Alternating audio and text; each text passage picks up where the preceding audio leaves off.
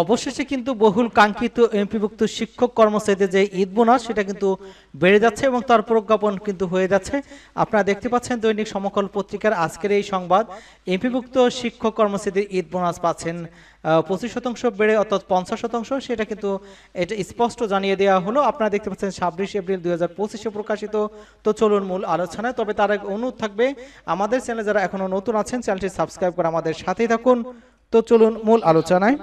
এখানে বলা হয়েছে বেসরকারি শিক্ষা প্রতিষ্ঠানে এমপিভুক্ত শিক্ষক কর্মচারীদের ঈদ বোনাস 25% বাড়ানোর ঘোষণা দিয়েছে সরকার। আগামী ঈদুল আজহা থেকে বাড়তি বোনাস পাবেন তারা। আজ শনিবার ফেসবুকে এক পোস্টে এ তথ্য জানান যুব এবং ক্রীড়া এবং স্থানীয় সরকার উপদেষ্টা আসিফ মাহমুদ সজীব ভুইয়া। নিজের ভেরিফাইড ফেসবুক পেজে তিনি লিখেছেন, বর্তমান বেসরকারি শিক্ষা প্রতিষ্ঠানে এমপিভুক্ত শিক্ষক কর্মচারীরা মূল বেতনের 25% হারে ঈদ বোনাস পেয়ে থাকেন। এমপিভুক্ত শিক্ষক কর্মচারীদের ঈদুল আজহার বোনাস 25% বাড়িয়ে 50% করার সিদ্ধান্ত নিয়েছে অন্তর্বর্তীকালীন সরকার।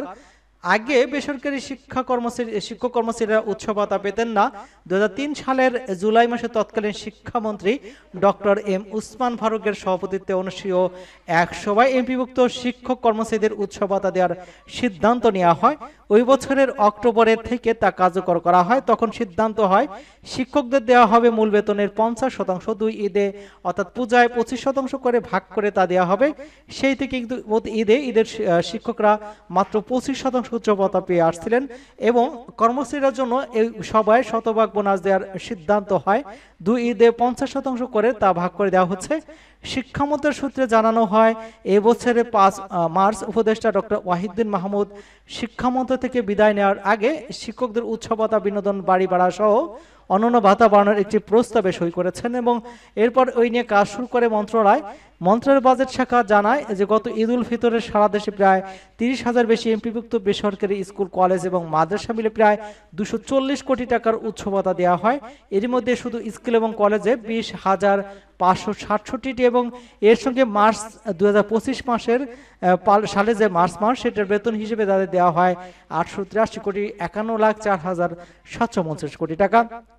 এবং ঈদ বোনাস বর্তমানে অন্তত 25% বাড়তে পারে। সেই ক্ষেত্রে শিক্ষকরা মূল বেতনের 50% আর কর্মচারীরা 75% বোনাস পেতে পারেন।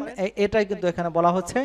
অর্থাৎ আগে যখন কারো স্কেল যদি 16,000 ঠিক থাকতো তার কিন্তু সে 8,000 পেতেন এবং বর্ধিত হারে যদি তার বেতন 20,000 হয় সে কিন্তু 10,000 হারে মানে তারা উৎসব ভাতা পাবেন এবং কর্মচারীরা 75% পাবেন, এটা কিন্তু বলা হচ্ছে। এবং এই প্রস্তাব কিন্তু ইতিমধ্যে অর্থমন্ত্রী গ্রহণ করেছেন এবং এটা আসিফ মাহমুদ তার ভেরিফাইড ফেসবুকে এই কথা তিনি স্পষ্ট করে জানিয়েছেন। এবং দীর্ঘদিনের যে দাবি ছিল 100% মানে শতভাগ বোনাস দেওয়ার কথা, সেটা না হলেও 50% মানে অর্ধেক দেওয়া হচ্ছে। হয়তো অচির সেই 100% পূর্ণ করা হবে এবং বাড়ি ভাড়া এবং মেডিকেল ভাতা বাড়ানোর ব্যাপারে তোড়জোড় শুরু হয়েছে এবং আগামী বাজেটে এই বাড়ি ভাড়া এবং মেডিকেল ভাতা এটা বাড়বে বলে নিশ্চিত করেছেন বিভিন্ন সূত্র।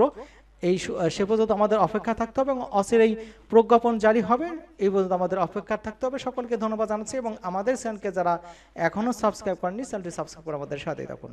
ধন্যবাদ সকলকে।